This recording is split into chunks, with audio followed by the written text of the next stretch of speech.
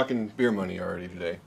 So we can start off by... It's a little early, but I'll get on it, man. All right, there we go. I got no problem with that. All right. I'm easy. Well, cheers. Here with Kip Moore. We're talking beer and beer money. I'm down. Not bad. All right, so you're right in the middle of this tour right now. What are things like mid-tour? Man, it's been one gigantic whirlwind for me. You know, I've been nonstop for the last 2.5, 3 years, and this tour has just kicked it up another notch. And the coolest thing about this tour now, though, is how much it's taken off in the last 6 months. So by the time this tour happened, you know, they're singing the whole record back. So it's been exciting. You know, Eric's been great. He's been really gracious with me and Justin. It's been killer shows night after night. Well, this record's been so huge for you. If you put into words how your life has changed, I know you've been working on this for years, but like you said, the last 6 months, everyone's finding out about Kip Moore. People that maybe weren't even country fans before are singing your songs. What's that been like to kind of... Well, I mean, you know, you write these songs in the dark, you know, and I've been in town. I was in Nashville for 10 years before anything was really happening, you know, and you write these songs in the dark, and you always have that hope that, you know, something's going to happen with them. And so, but you get so used to things not happening. So then when they finally, you know, we played a show in Chicago, and it was when it really hit me is right when the record had come out, and we played this show at Joe's Bar in Chicago, and they sang the entire record from front to back to me, just as loud as they were singing something about a truck. And that is the most special thing you can hope for as a songwriter, as an artist, that, you know, period. Because I'm not singing Margaritaville. I'm singing something I freaking wrote, you know, it doesn't get any better. Right. What is it about these songs that you think are touching other people and mean a lot to you, but this album in particular? You know, I've always felt like if I was 100% honest with myself and with my writing, with music and everything I do in my life, if I'm honest about how it was for me, then people have gone through the same thing. Like we're all similar, you know what I mean? So it's like, if I speak the truth and I don't sugarcoat it, you know, so many writers are like, well, you can't say this, you can't say that. Man, the hell with that. Say what you want to say, and say how you want to say it. And if you say it from a real place, then people are they're gonna believe it, and they're gonna know it's true because they felt the same thing. Where does the talent come from, though, to actually turn that on into a really good song, besides the stuff that you're talking about? Because a lot of people speak from the heart, but don't have the chops to back it up musically. Where did that come from in you? When did you know you had that talent? Wow.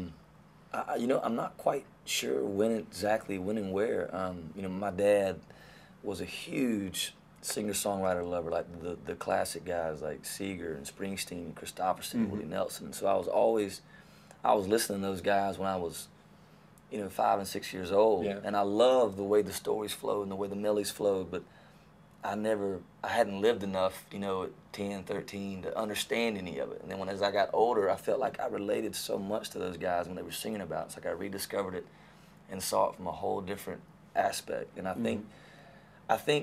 I believe so much when I'm singing, and I'm not singing something somebody else gave to me, or, you know, trying to make it be me, that I think it comes out honest. And I might not sing the notes the best every time. I might crack here and there, but it's like I put every ounce that I have in it. And I've always known I could write, and the performance side came second. But the writing side was always, you know, just second nature for me. And then to see the chart-topping hits and having things go that way now, and the award, the nominations, what's that like as an artist to be recognized in that this year? You know, it's validation, especially like, you know, you're with your peers, and there's so many of them you came through the town with, and you got a lot of respect for. There's so many talented people all over the country that are trying to do the same thing. Whenever you can be in those categories, you know, like you know, with the ACAs coming up, Best New Artist, you know, that kind of thing. It's flattering, it's humbling, it's all those things into one, and you know, it's a special feeling. You know, all that hard work and all those years of, you know, 3 and 4 in the morning, just sitting there trying to figure out how to figure something out, how to write this, how to do that, and it's all coming to fruition, man. It's a cool thing. Yeah. On the fun side of things, it's no secret that the ladies dig you as well. What's it like having that kind of attention on stage every night? You say it. I don't. You know, I just feel like everybody's just into the show. I don't feel like it's, you know, because of whatever. I feel like, you know, I don't get too wrapped up in that kind of thing. Right, right. Well, the music comes first, you know, obviously, you know, I dig in, I'm not for those reasons. I dig it for the music, but but to have that fun, it must be kind of fun to have the screams and the girls. You must be aware of that. Oh yeah, I'm aware, but I just feel like honestly, I feel like it's just people are just excited to be at a show, and I don't feel like it's because they think I'm this or that. I think they're excited to be doing something fun. So many people, I mean, it's their daily life is not exciting for them, and they might be depressed, they might be sad, and it's like when they come to a show, it's a chance to release all of that, forget about all those things, and I feel like it's just people are just excited, Sure. What is it about trucks this year with you and with Tim's song, obviously, and I know there were a few others out there this year? It's kind of the year of the truck in a lot how I don't know, man. I just think, for me, when I was writing that song, I just, that song was 100% how things were in South Georgia for me growing up, and it was trying to sneak onto somebody's field. Like I came from a really small town where there was no outlets. There was no outlets for us as teens, and it was, do whatever you can to blow it out on the weekends. It was call up. Somebody's friend has a dad with a field and this and that, and we all, we rode around in trucks, man, and we let the tailgate down, and we howl at the moon, and I just think it's one of those things where people are going to always be able to relate to those kind of things, because there's small town America everywhere. Yeah, I'm finally getting a truck myself this week, so how's my life going to change? It's going to change drastically, man. I'll tell you what, man, I had this little box car, this little Isuzu in high school it was the biggest piece of junk, man, and it had 300,000 miles on it, one hubcap, but damn AC wouldn't work, and the windows were stuck up. Man. It was a bad deal, man. But when I hopped in that truck at 17, when that car finally had it, and my dad let me have his truck, son, man. It's funny how all of a sudden, man, things are a little different, man. It's a different playing field. At 41, I'll be finding the farmers' fields and you need to, man. 2 in the morning. River, creeks, dips, and stuff like that. Yeah. And as these singles keep pouring out, talk about Beer Money now and how much fun people are having with that song. Shooting porn in here? What's going on? Hey. How's it going, bud? Hey, man, welcome to the show. I'm sorry.